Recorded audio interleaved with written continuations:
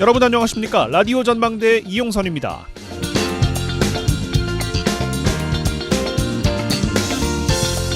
조선시대의 백성들이요, 관리들의 부당함을 고발하려면 신문고라는 걸 쳤습니다. 조선 태종이 신문고를 설치하라는 교서를 내린 날을 기려서 오늘의 날이죠, 국민권익의 날을 만들었습니다. 그런데 새만금 예산을 복원하라는 국회의원의 입과 R&D 예산을 복원하라는 카이스트의 졸업생의 입, 의료 현장 중심에 있는 소아청소년과 의사의 입을 막는 이른바 삼틀막의 시대에 맞은 국민권익의 날, 생각해봐야 할 것이 많은 것 같습니다.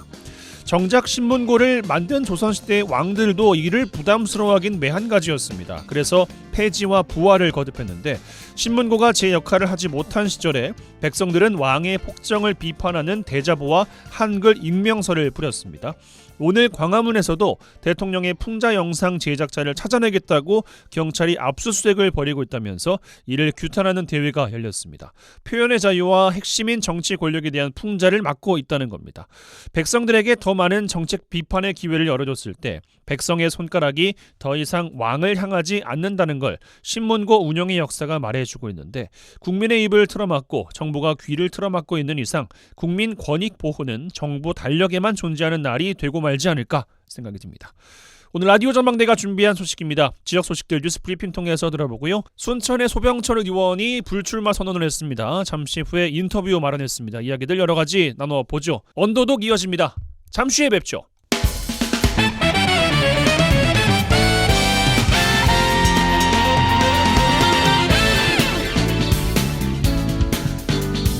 네, 2월 27일 화요일입니다. 라디오 전망대 시작합니다. 먼저 우리 지역 뉴스 정리해보죠. 뉴스 브리핑 전남일보의 곽지혜 기자와 함께합니다.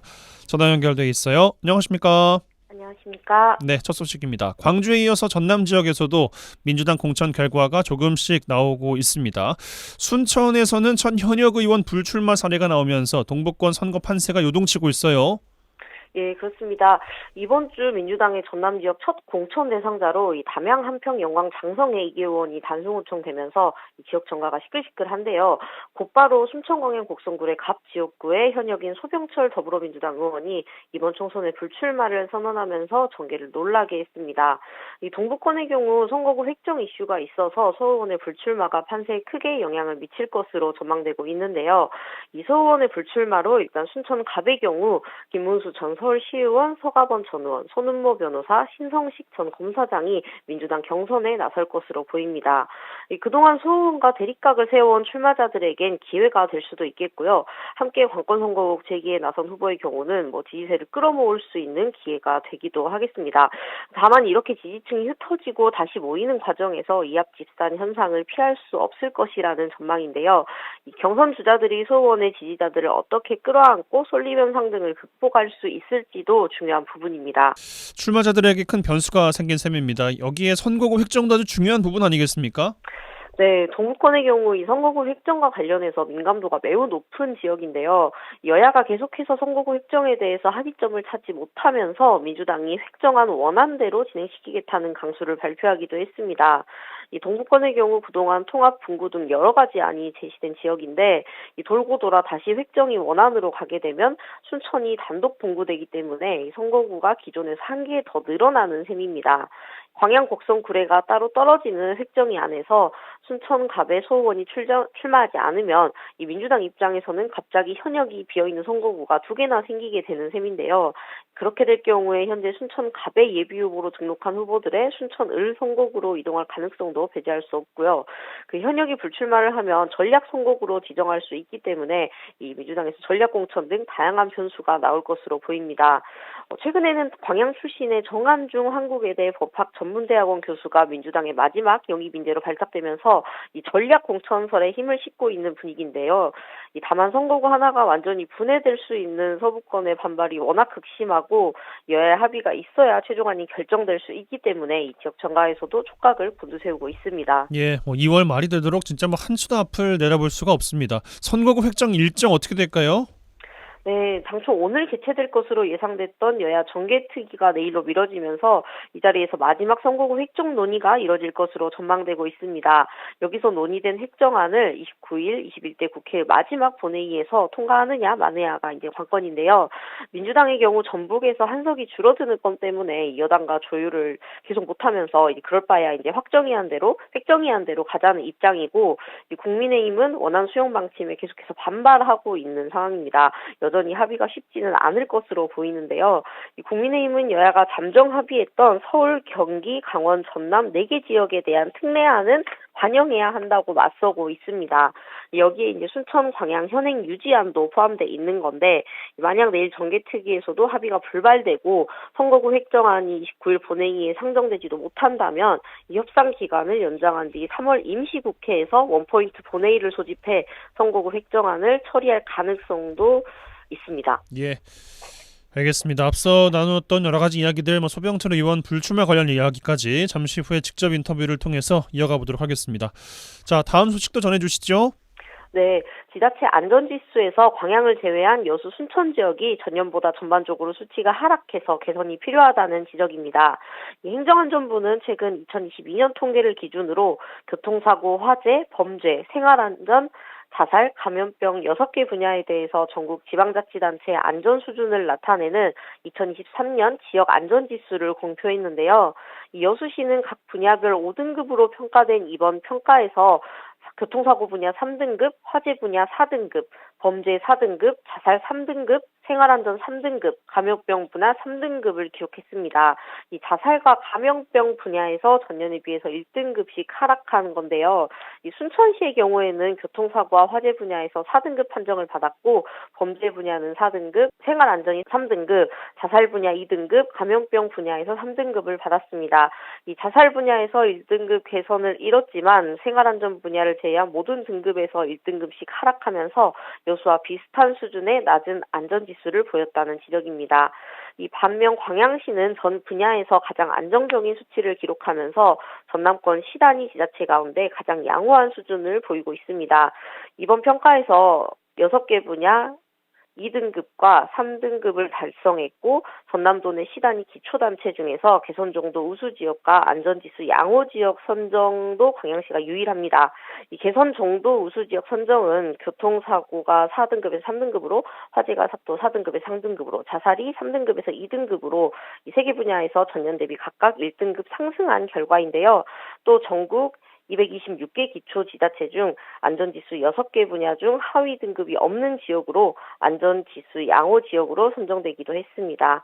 이 안전지수 공표는 지자체의 안전관리 정책에 대한 관심을 높이고 취약 부분에 대한 자율적인 개선을 유도하고 인명피해를 줄이겠다는 취지를 갖고 있는 만큼 각 지자체에서도 안전 개선에 대한 노력에 관심을 기울여야겠습니다. 예, 알겠습니다.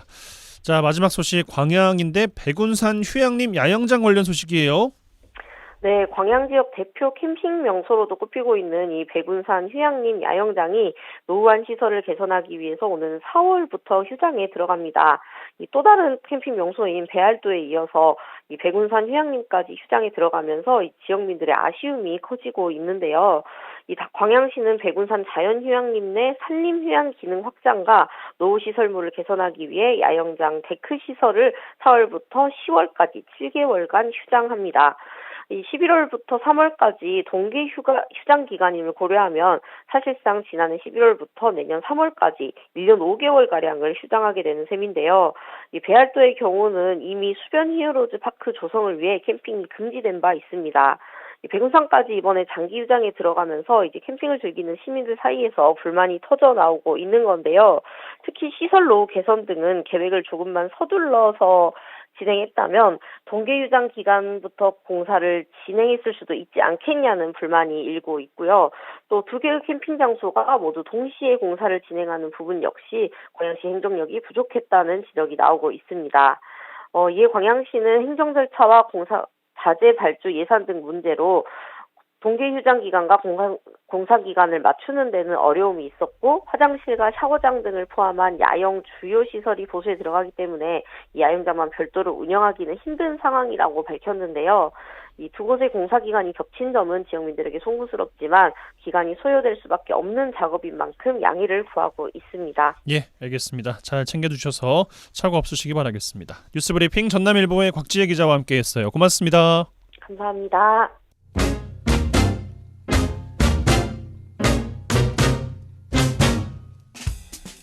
한 시간만 투자하세요. 지역 이야기를 모아 전해드립니다. 지역 시사는 역시 여수 MBC 이용선의 라디오 전망대.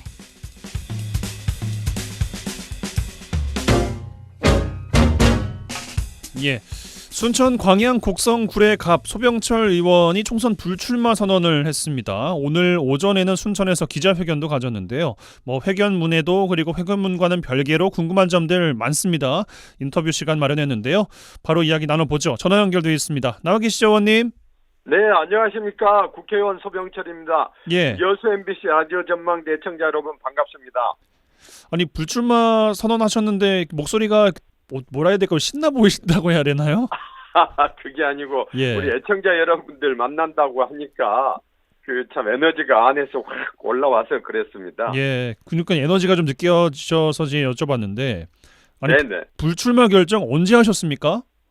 네, 사실 22대 총선 시작되면서 이제 과연 22대 총선에 임하는 그 각오를 제 스스로 좀 다짐을 계속했었습니다. 네. 다만 어제를 불출마 선언 시점으로 삼았던 것은 순천의 기형적인 선거구 이 정상화가 확실시 되었기 때문에 국회의원으로서 약속한 과제들을 거의 다 이루었다. 이렇게 생각을 했습니다. 두 번째는 지난주 금요일 날 23일자로 민주당 공관위의 하위평가 절차가 종료되었습니다. 경선이 시작되면서 순천의 특정 세력들, 특정인을 중심으로 한 세력들이 제가 하위 20%에 속했다는 가짜뉴스 엽자보를 계속 만들어서 유포해서 고소 고발까지 했습니다. 만약에 지난주에 불출마 선언을 했다면 제가 마치 하위 20%에 속해서 불출마했다라고 또 가짜뉴스를 퍼뜨릴 거기 때문에 예. 종료되기를 기다렸던 겁니다. 종료되기를 기다리셨습니다. 근데 왜 캠프에 계신 인사분들도 발표 전날까지 낌새를 느끼지 못했다라는 보도도 있던데 어떻습니까? 맞습니다. 이제 사실 저도 경선에 임하면서 모든 힘을 다 쏟아서 최선을 다했던 겁니다. 예. 그러나 지지자들과는 달리 저는 후보자로서 저만의 고민이 있지 않습니까? 그렇죠. 이제 특히 어제 서울에서도 말씀드렸습니다마는 근래 우리 정치가 국민들에게 희망을 드리고 있지 못하지 않습니까? 정부 여당은 지금 협치를 거부하고 민생이 파탄나고 있습니다. 또 우리 야당은 아주 유능하고 깨끗한 정치력으로 정부 여당을 견제하고 있는지에 대한 심각한 의문이 있습니다. 또한 검찰공화국이라는 이 지금 국민들의 그 비판, 그 검찰이 어느 한편을 들지 않고 공정하게 그리고 특히 자기 자신에 대해서 엄정한 그런 것을 보여주지 못하고 제 식구 감싸기 한다. 이런 부분들에 대해서 국민들 실망이 너무 큽니다. 예. 저는 정치인으로서 여기에 대해서 심각한 책임감과 반성을 하고 있었습니다. 이런 부분이 중앙에서 말씀드렸던 내용입니다. 오늘 지역에서는 좀 더 구체적으로 이번 경선에 임하면서 아무리 경선 구도가 누구하거든 경선을 한다 하더라도 제가 살아온 저의 일생의 삶의 가치와 자부심을 무너뜨릴 수는 없지 않습니까? 예. 잘 아시는 것처럼 평생 청렴하게 공직 생활을 했고 퇴직 후에도 수백억이 보장된 정관예우 거부하고 대학에서 농촌 지도자와 후학을 양성했지 않습니까? 그러셨죠. 그런데 상대방이 도저히 제가 받아들일 수 없는 상대방과 경선을 해라고 하니 그런 구도가 된다면은 제가 지켜온 자존심을 모멸감으로 산산조각 내는 거라고 생각이 됐습니다. 그래서 고민을 했던 겁니다. 예. 또 하나는 아시는 것처럼 순천은 지난 10여 년간 제 이전에는 이 민주당 국회의원을 배출 못했습니다. 이는 순천 정치의 난맥상, 분열과 대립, 일부 정치인들의 정말 실망스러운 모습에 대해서 이 부분을 개선하고 정리를 해야 되는데 제 스스로 이 부분에 대해서 너무 아쉽고 반성할 점이 있었습니다. 그래서 이 동기어진, 즉 함께 죽으면서 끝장을 내자 이런 각오로 오늘 시민들께 대표적인 지역 정치인들에 대해서 고발을 하면서 제가 불출마하기 때문에 가능한 겁니다. 만약에 그렇지 않으면 제가 선거 전략의 일환이라고 오해들을 하실 겁니다. 그래서 제가 이 부분 모든 것을 내려놓고 그야말로 순천 정치가 앞으로 나아가려고 하면은 그 의혹을 갖거나 비판하는 분들이 다음에는 좀 제발 시민들을 위해서 더 이상 정치하지 말았으면 좋겠다 하는 뜻을 표현하는 의미에서 불출마 선언을 했던 겁니다. 예, 말씀 들으면서 조금 이해가 안 된다거나 좀 궁금한 게 있어서 질문을 좀 드리면 네. 할 만큼 그래도 내가 하려고 했던 것은 좀 이루고 있다라는 말씀 중에서 선거구 정상화 말씀을 하셨잖아요. 네네네네. 만약에 정치 행위자로서 이어나갈 일이 있을 테고 만약에 정치 이제 좀 이런 책임과 반성에서 좀 멀리 나가면서 광야에서 외치고 싶다라는 말씀을 주셨는데 네네. 분구가 만약에 확실하다면 두 석이 되는 거면 굳이 싸우고 말고 할 일이 없겠지 않습니까? 정말 중요한 말씀 해주셨습니다. 반면에 이런 면이 있습니다. 제가 선거에 앞으로 22대 총선에 나아가게 되면 경선 절차를 거쳐야 됩니다. 예. 그 경선 절차를 제가 힘들게 받아들이고 있는지는 충분히 말씀드렸습니다. 예. 두 번째는 제가 선거를 하면서 순천 정치를 깨끗하게 일소를 좀 하자 이런 부분을 외치게 되면 광야에서 외침이 아니라 선거 전략의 일환으로 받아들일 겁니다. 진정성에 의심이 된다. 않습니까? 네네. 뭐든지 자기 것을 내려놓고 상대방 보고도 내려놓자 이랬을 때 울림이 있는 거지 않습니까? 그러나 저는 내려놓지 않고 상대방들 보고 내려놓으라고 하면은 상대방들도 물론이거나 시민들도 아니 본인은 지금 계속 하겠다고 하면서 저렇게 말씀할 수 있는가? 울림의 경도가 약할 겁니다. 알겠습니다. 그 동기어진 말씀하셨는데 썩은 정치의 실상을 고발한다라고 이제 강하게 말씀하셨는데 이건 맞습니다. 중앙 정치 그러면 순천 정치 다 해당되는 겁니까? 아니요. 순천 정치에 대해서 말씀드렸죠. 예. 이 중앙 정치에 대해서는 앞서 말씀드린 것처럼 우리 민주당에 대해서 밖에서 깨끗한 그 정치 또 도덕성 이런 부분에 대해서 특히 상대 당에서 많은 비난이 있지 않습니까? 예. 그 부분에 대해서는 이미 서울에서 말씀드렸습니다. 예. 제가 오늘 굳이 순천에서 다시 기자회견을 했던 것은 순천의 정치 상황이 매우 특수합니다. 말씀드린 것처럼 10년 전 제가 오기 10년 전에 이미 아주 진보적인 분을 두 번, 또 아주 보수적인 분 두 번 이렇게 하는 과정에서 민주당의 정치적인 위치가 실종됐습니다. 그래서 저는 우리 민주당 출신 국회의원, 민주당 출신 지방의원, 민주당 출신이었다가 지금은 탈당 복당을 반복하고 있는 특정 정치인에 대해서 엄중하게 경고와 고발을 했던 겁니다.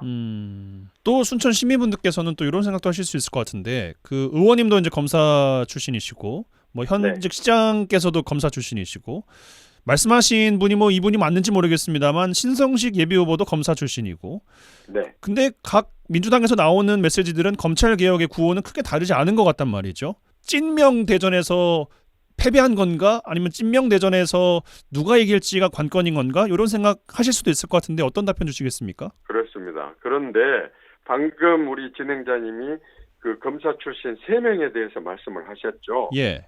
세 사람이 삶을 살아온 결을 보시면은 완전히 다르다는 것을 아실 겁니다. 지금 처음에 말씀한 노광규 시장은 검사 출신으로 정치에 들어든 뒤에 탈당과 복당을 반복을 했습니다. 제가 알기로 이분이 7번인가 8번 출마를 했습니다. 국회의원 선거만도 서너 번 출마했습니다. 과연 이게 윈디언 기우제식으로 정치를 하는 건 아니지 않습니까? 그리고 지금 또 한 사람의 후보에 대해서는 제가 그분에 대해서 이러쿵저러쿵 평가하는 건 적절치 않습니다. 다만 최근 언론에서 윤석열 검찰총장 징계위원회에 대해서 집권했던 것에 대해서 자신이 모시던 상사라서 어쩔 수 없었다.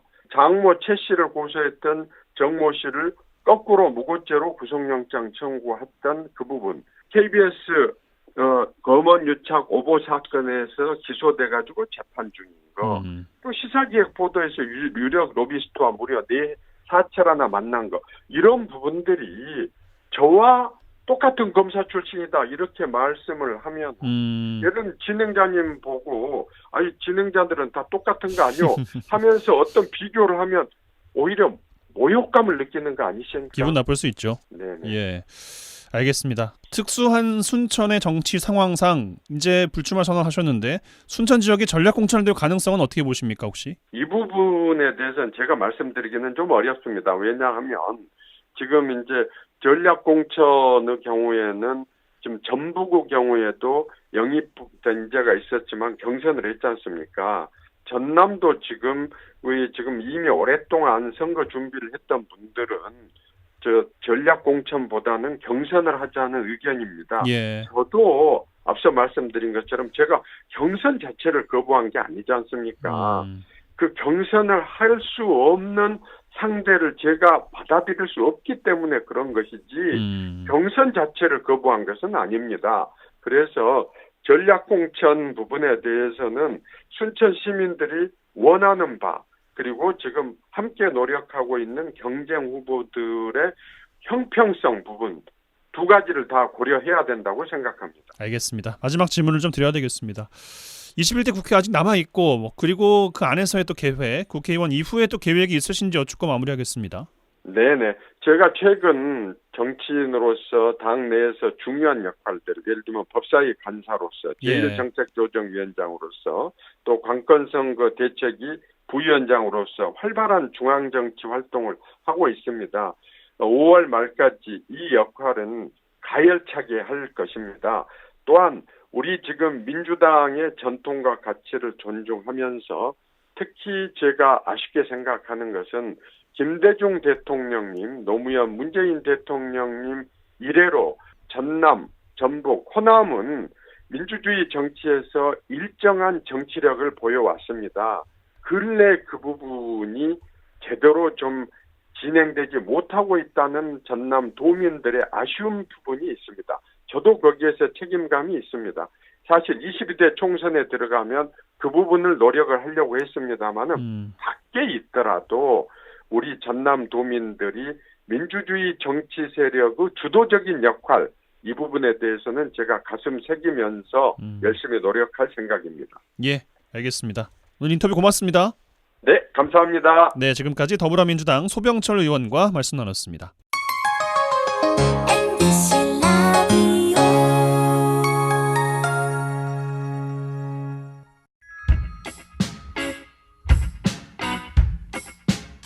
그들의 이야기가 수면 위로 올라옵니다. 탑독이 되는 그날까지 언더독 토론. 우리는 패배하지 않는 종류의 매주 화요일 전남 동부권 언더독들의 핫한 토론 언더독 토론 시간입니다. 오늘도 두 분과 함께 할 텐데요. 한 분씩 소개해드리죠. 이상호 전 여수시의원 함께합니다. 어서 오십시오. 네, 안녕하십니까, 이상호입니다. 이봉남 순천시의원 오셨습니다. 어서 오십시오. 네, 반갑습니다. 이봉남입니다. 예, 근황 여쭙겠습니다. 먼저 이봉남 의원님. 제가 이번 회기에 그 일회용품 줄이기 조례를 발의를 했습니다. 다른 지역도 뭐 이렇게 비교해서 이렇게 조례를 발의하는 경우가 좀 많은데 제가 이게 그동안의 조례 발의를 하면서 가능하면 해당되는 당사자와 또 행정과 또 의회가 한번 간담회는 하고 조례 발의를 해야 되겠다라고 해서 이제 9대 들어와서 한 3번째 이렇게 간담회를 했는데요. 실제 생활 속에서 일회용품 줄이기 또 다회용을 이렇게 많이 활용하자라고 하는 이런 시민들이 많이 계시거든요.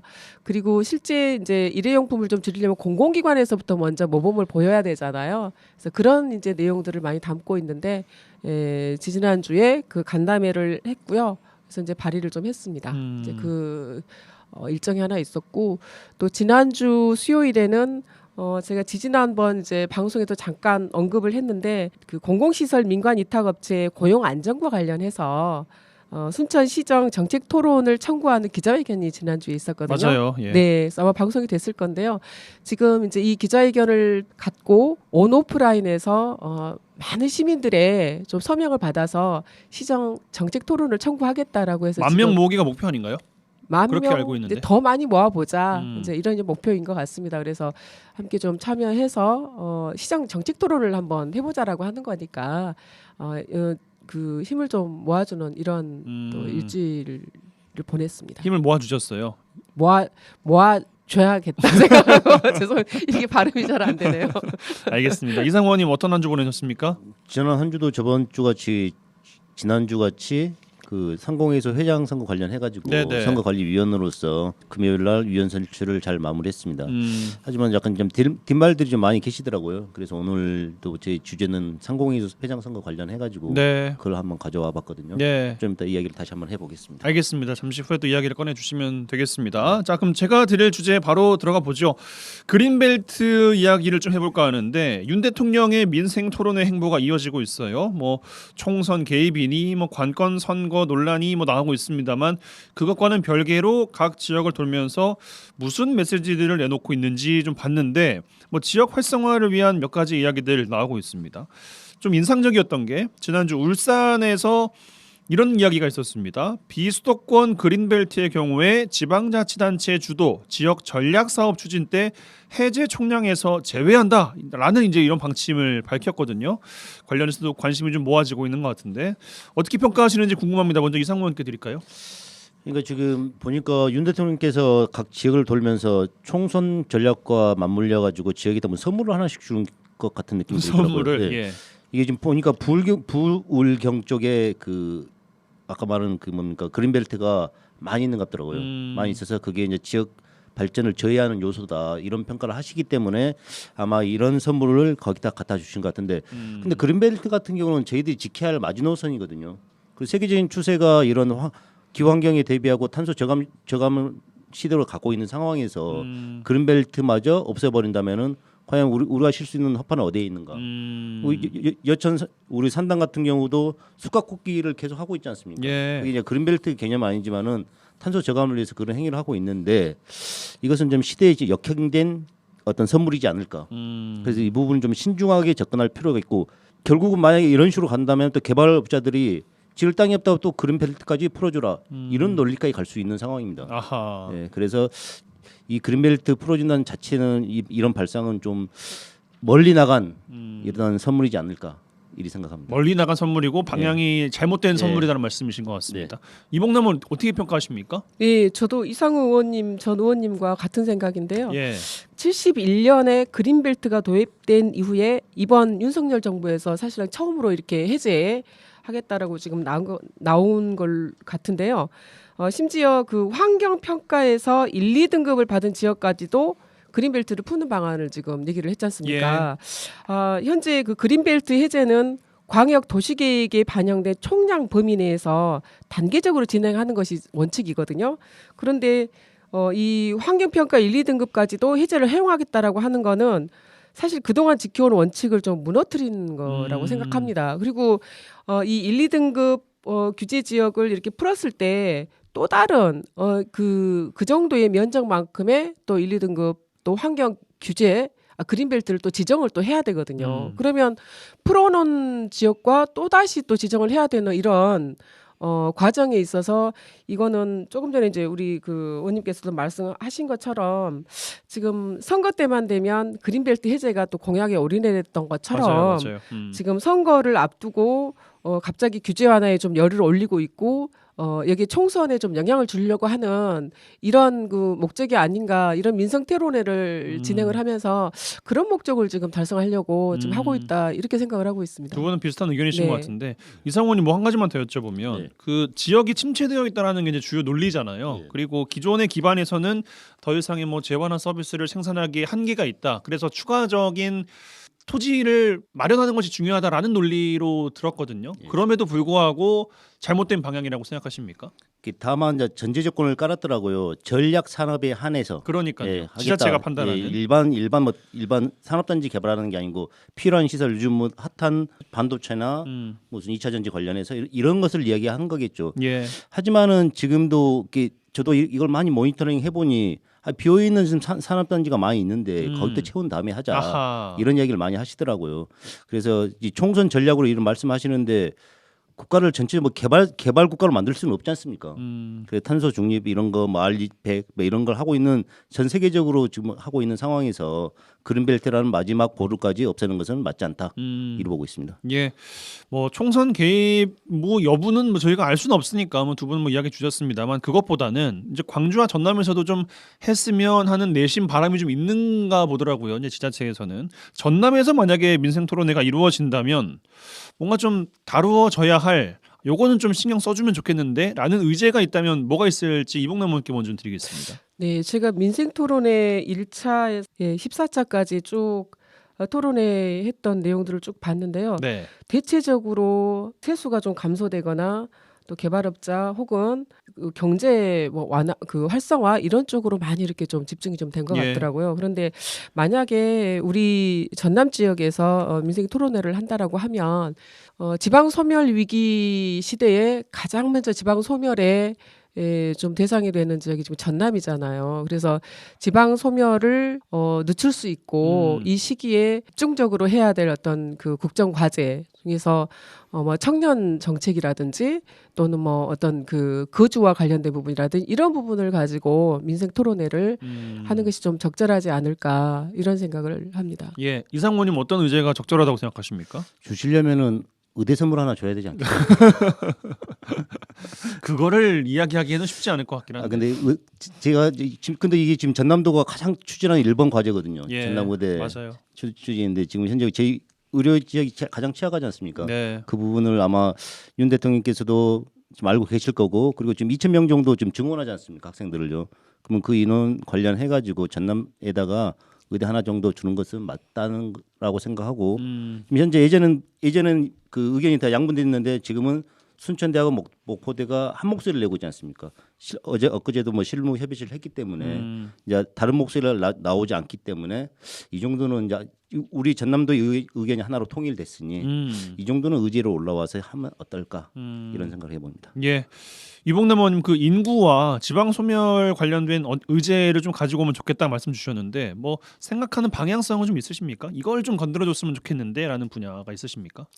그 아무래도 인구 소멸과 관련해서는 여러 가지 복합적인 문제들이 있지 않습니까?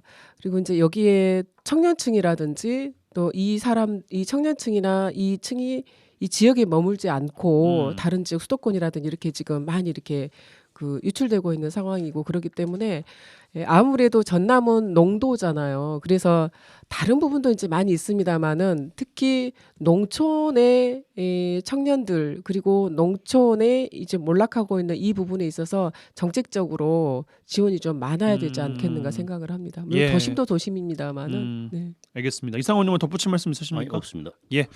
자, 제가 드린 주제는 이 정도로 마무리하고요. 뭐 과연 광주와 전남 지역에서도 민생 토론회가 이루어진다면 어떤 이야기들이 나오게 될지 저희가 나눈 의견을 토대로 기다려 보시는 것도 재밌지 않을까. 재미는 잘 모르겠습니다만. 알겠습니다. 두 분의 주제로 바로 들어가죠. 먼저 여수로 가겠습니다. 이상호님 어떤 주제 꺼내시겠습니까? 그 여수 상공인들의 모임 상공회의소 위원 선출이 지난주 금요일에 끝났습니다. 그 선출된 43명의 위원들께서 내일 오후 3시에 위원총회를 열어서 새 회장을 선출한다고 합니다. 하지만 최근에 회장으로 출마한 위원께서 상공회의소 위원 선거 과정에서 정관에 반하는 선거를 치렀다 하여 아마도 내일 회장 선거를 연기하려고 하고 있다는 얘기도 있습니다. 그래서 오늘 상공회의소 회장 선거 관련 얘기를 해볼까 합니다. 아니 그 여수와 순천 광양 상공회의소 이야기를 들으면 아니 이게 그래서 무슨 말이라는 거야. 뭐 회사가 이렇게 많고 그래서 무슨 회장이 어쨌다는 거고 저는 제가 그냥 뉴스를 다루고 있는 사람이어서 그나마 좀 알겠다라고 한다면 청취자분들 가운데서 이 상위 관련된 이야기는 어떻게 들으실까 궁금한데 여수상공회의소는 이번엔 뭐가 그렇게 문제인 겁니까? 일단은 그 일반 선거 관련해서는 1인 1표제를 추구하는데요. 네. 그런데 상공회의소는 법에 따라도 이게 또 틀리게 작용하고 있습니다.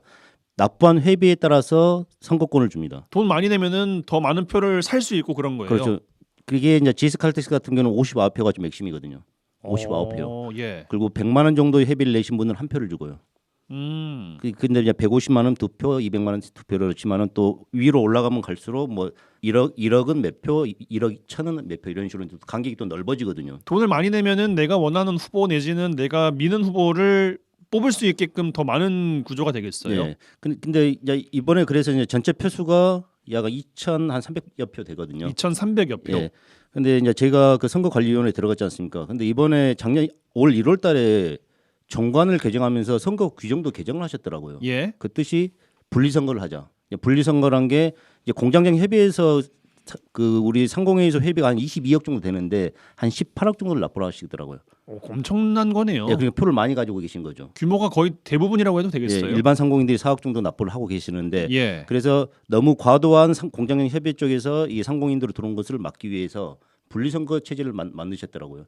저희들은 어차피 이제 규정대로 선거를 치러야 되니까 그래서 특별하게 우리 공장장 협의회들은 공장장 협의회로 표를 줄 수 있도록 하고 일반 회원들은 두 개 칸을 나눠서 두 곳에서 투표하도록 만들었거든요 이번에. 그러다 보니까 이번에 공장장 협의회에서 19명이 당선되고 또 일반 그 기타 상공인들 있지 않습니까?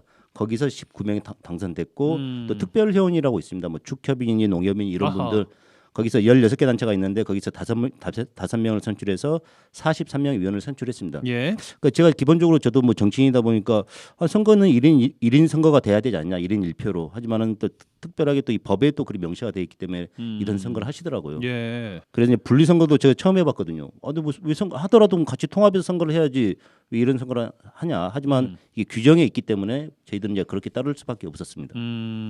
그것은 그렇고. 예. 그러면 선거 개입 논란 뭐 이런 것들은 당연히 따라오는 수순이겠어요. 그러면? 지금 현 회장님께서는 이제 우리 공장장 협의회 쪽이 아니고 일반 상공인 쪽에서 이제 회장을 하셨거든요. 예. 이제 기존에는 그 공장장 협의회를 대변하는 회장님 계속 하셨는 것 같더라고요.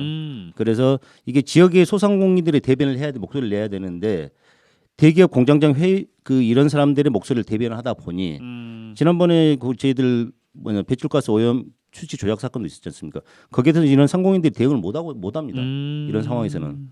그러다 보니까 그에 대한 목소리가 컸었는데 모르겠습니다. 내일 선거 과정에서 저도 아까 멘탈 때 말씀드렸는데 이 선거가 정관에 반하는 선거다. 그렇기 때문에 아마 연기를 주장하겠다 이런 목소리가 있더라고요. 예. 예. 알겠습니다. 이봉래 의원님 순천상공회의소는 연임이 된 걸로 알고 있는데 회장님이 네.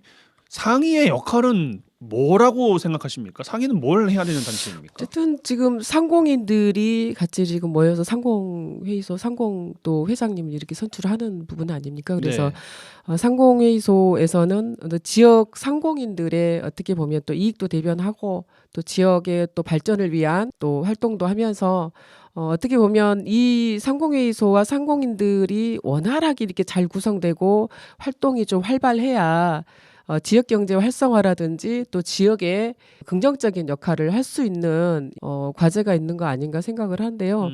뭐 최근에 뭐 저도 이제 기사 보고 이렇게 여수 상공회의소 선출과 관련된 회장 선출과 관련된 잡음을 이제 알게 됐는데 사실 순천이나 다른 지역들은 상공회의소 이제 회장님으로 또 이렇게 나서시려고 하면 그만큼 자금도 좀 있어야 되고 또 그러잖아요. 그래서 찾기도 좀 힘든 이런 지역들이 많거든요. 회장님 찾기도 힘들어요. 그렇죠. 예. 또 이렇게 안 하시려고 하는 분들도 계시고 다행히 이제 순천은 지역마다 좀 분위기가 다르군요. 예, 특히 이제 제가 좀 들어보니까 광주하고 여수가 상공회의소 이렇게 회장 선출 시기 때 그 지역 사회에 논란이 좀 되는 이런 경우가 좀 있다라고 하는 얘기를 또 관계자분께 제가 또 들었어요.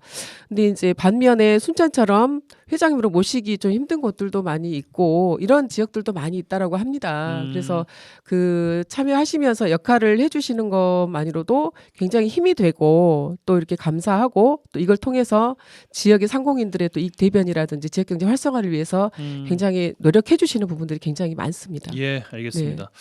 유상호님 그 최근에 여수 선소 상가 번영회였나요? 그리고 소상공인 분들이 그야말로 소상공인 분들이 여수 상위 이번 회장 선거와 관련해서 여러 우려의 목소리도 좀 내고 지역의 소상공인들을 위한 기관이 돼야 되지 않냐라는 제안도 했던 것 같거든요. 어쨌든 이 선거가 마무리가 되면 추려가는 것은 이제 상위와 상위 회장님의 이제 몫일 텐데 어떤 말씀 좀 주고 싶으십니까? 결국은 전체 여수의 상공인들의 목소리를 대변하는 단체가 돼야 된다. 하지만은 지금 현재 여수 산단이라는 거대한 그 우리 집단들이 있지 않습니까? 거기가 가장 크다 보니 그분들의 지금까지 계속 그분들의 목소리를 대변했는데 예. 현재 현 시장님께서는 뭐 시장과의 어떤 협업을 통해서 뭐 의자도 공급해주고 불편하시니까요 앉아서 하시라고 뭐 조끼도 공급해주고 이런 사업들을 많이 하셨거든요. 그 지역 상공인들을 위해서 소상공인들을 위해서 그분들의 목소리를 대변해주라고 아마 기자회견을 한 것 같은데요. 아마 이제 이런 다양한 목소리가 나오면은 결국 어떤 분이 회장에 당선되시겠지만은 이런 목소리를 추구한 방향하고 틀리다고 해서 이분들의 목소리를 짓누를 수는 없을 겁니다.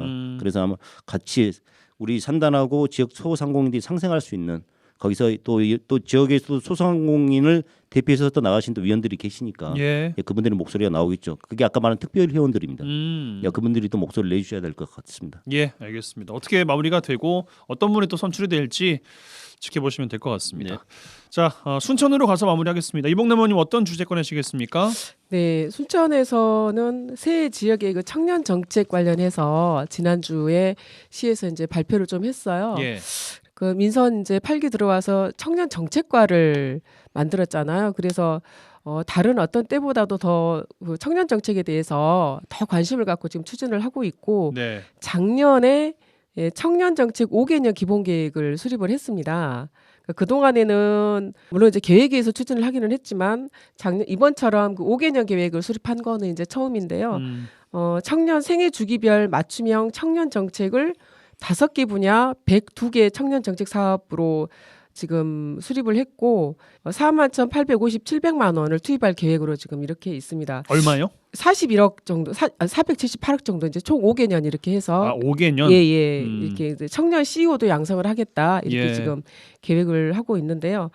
다른 지역에서도 지금 하고 있는 부분입니다. 이제 이 청년 정책은 정부 정책, 있고 또 전남 정책, 각 지자체 정책이 좀 호재되어 있는 상태이기는 합니다만은 순천 같은 경우에는 이 청년 정책과가 만들어졌고 각종 법정위원회에 청년이 참여할 수 있도록 청년 비율을 20%를 좀 의무화를 하라. 맞아요. 예. 네, 이렇게 해서 작년에 한번 이걸 파악을 해보니까 총 한 200여 개 위원회 중에서 이걸 조금 시행하고 있는 위원회가 이렇게 아직은 많지는 않습니다. 이제 좀 점차적으로 늘어나고 있는데 한 30여 개 정도 위원회가 청년 이제 위원회가 좀 이렇게 위원들이 들어가 있는 이런 상황이고요. 그래서 시에서 발표를 한 청년 정책들이 아마 올해는 조금 더 긍정적으로 추진이 될 것 같아서 오늘 주제를 좀 잡아봤습니다. 아무튼 이제는 좀 더 신경을 쓴다고 하니까 말씀을 주신 걸 텐데 네. 좀 달라지거나 아니면 눈에 띄는 굵직한 정책들은 뭐가 있습니까? 몇 가지만 좀 살펴볼까요? 순천 그 전체 작년 말에